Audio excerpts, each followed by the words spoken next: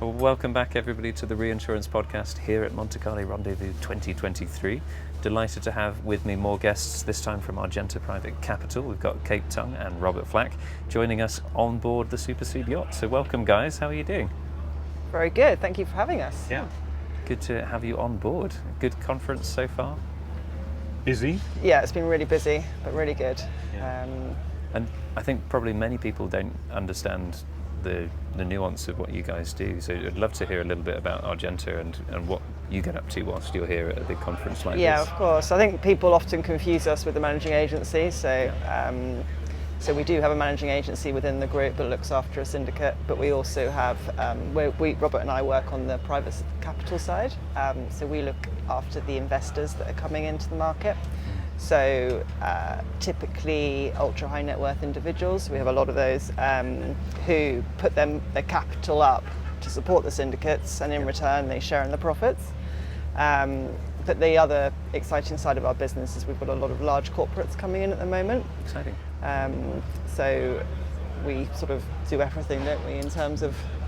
Yeah, I mean, I guess one of the benefits of being here is seeing some of those clients. So the reinsurers obviously are all here, and a lot of those have plays in Lloyd's as well. And our market are those reinsurers, and we have relationships with those, and we have relationships with a lot of the brokers who some of them put the reinsurers in touch with us, because ultimately we are one of very few firms that understand that Lloyd's knitting, if you know what I mean. Absolutely. It's quite a complex set of knitting, and that's what we do. You know, we have our new business team, which Kate heads up, will have those initial discussions. You know, when a reinsurer or a family office or an institutional investor says, you know, how do I get into Lloyd's?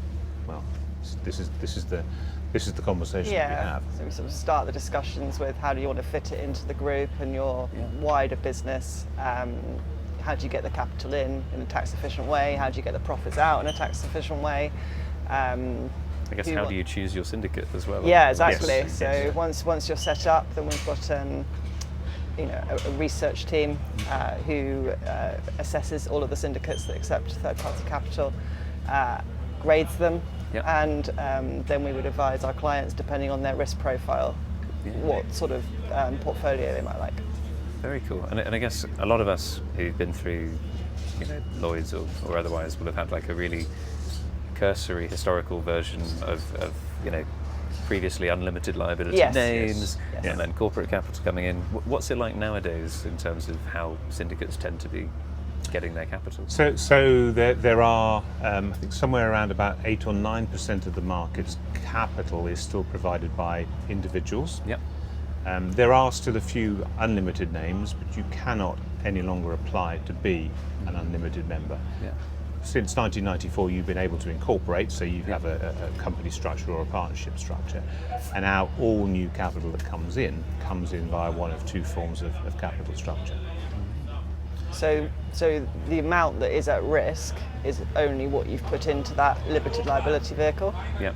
Which must make it a lot more attractive, I suppose, to yeah, well, it's a lot safer, if you like, in as much it's no longer possible for that veil to be broken and Lloyd's coming after your house or your other assets. That doesn't happen anymore.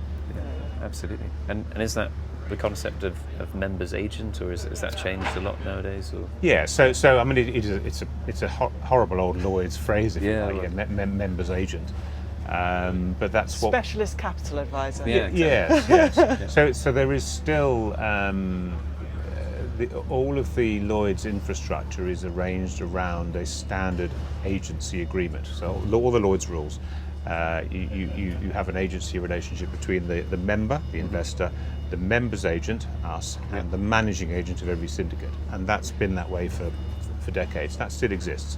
So we still have a duty as agent to our principals, to our investors, from an advisory perspective.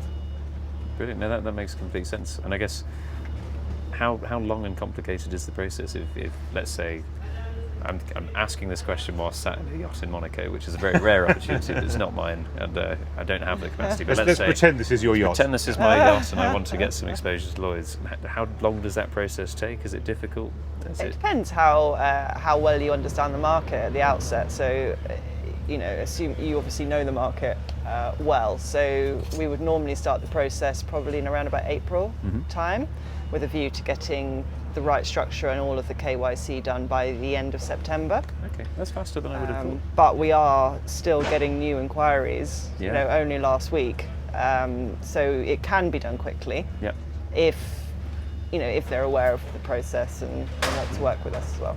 Nice. I guess, and from what you're saying, it sounds like there is a lot of interest Yes. in Lloyd's at the moment. Good results posted recently, we saw as well. So Absolutely, yeah. Yeah. So it's interesting. I mean, one of the talking points here is about the capital and the Yeah. capital coming into the market, and how perhaps there's not going to be a class of 2023 or 2024, hopefully, but there is capital coming in via sidecars, and effectively we would consider a Lloyd's corporate member, the transformer that we set up, to be a sidecar, because effectively by putting capital into a corporate member, you are a quota share reinsurer of a syndicate. So it's the same sort of deal, really.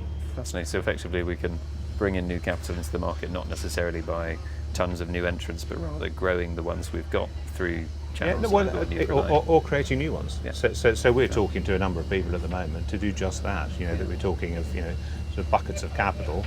Please create us a transformer vehicle. We'll put our capital into that vehicle, and that collateral will be used to participate on a basket of syndicates. Amazing. And it might be a really silly question, but presumably not all syndicates are available to back that. That is true. Yeah. Which ones can you get involved in? How do you know which ones are available or not? We know the market. We know there's 90 syndicates. There's always new syndicates as well that are looking at capital, and the third party capital market is it's well trodden. You have managing agents that have are looking towards getting third party capital, because actually if you're not having to put your own capital at risk and you're generating a return, you're generating a fee, generating a commission while you're not taking risk, that's a fantastic piece of income. Absolutely. And so a lot of them historically have had third party capital. A lot of them are toying with it now. And a lot of the new ventures are happy to take on third-party capital, as well as investing their own dollars as well. So what we would tend to do from an advisory perspective is look very closely at the alliance between capital and management. The last thing we would do is put our investors' capital behind a venture that was only there to take fees and commissions off that investor. There has to be skin in the game. That's our ideal syndicate that we'd invest in would have a lot of skin in the game for the management and the underwriting team. Oh, amazing. We're always on the lookout for new opportunities as well. I mean, the clients really like new opportunities. Yeah. Exciting. As long as they make them money. Yeah. This is the breeding ground of future great capital vehicles, I suppose. So and I guess one of the reasons we're here is that this is the time. I mean, I know that all the talk about the market doesn't look like it's softening for next year. It's maybe in certain areas, but this is the time when people are going to make money. The rating levels as they are, and with investment earnings as they are, because of the way that the structure works. If you commit your capital, you put it into your transformer vehicle, you're still earning interest or income on whatever assets you put in there. Yeah, true. The syndicates are earning that investment returns on the float. The premiums come in a year later. You've got £1.05 of premium for every pound you take in. And that's just a year later. So it really is a perfect storm from an investment perspective. And that's why we've got an awful lot of people knocking on our door. Yeah. Well, you sold it to me. I don't have the yacht, unfortunately. Well, what better ways to ride out a perfect storm than on a boat in Monte Carlo? Indeed. Very good. Indeed. It's almost as if you rehearsed that. Well, what a great note to end on. But thank you so much, guys, for coming on the show. It's been a really, really good conversation. Pleasure. And look forward to seeing you around the rest of the conference. Yeah, thank you very much. Great. Nice to meet you. Thanks very much. Thank you.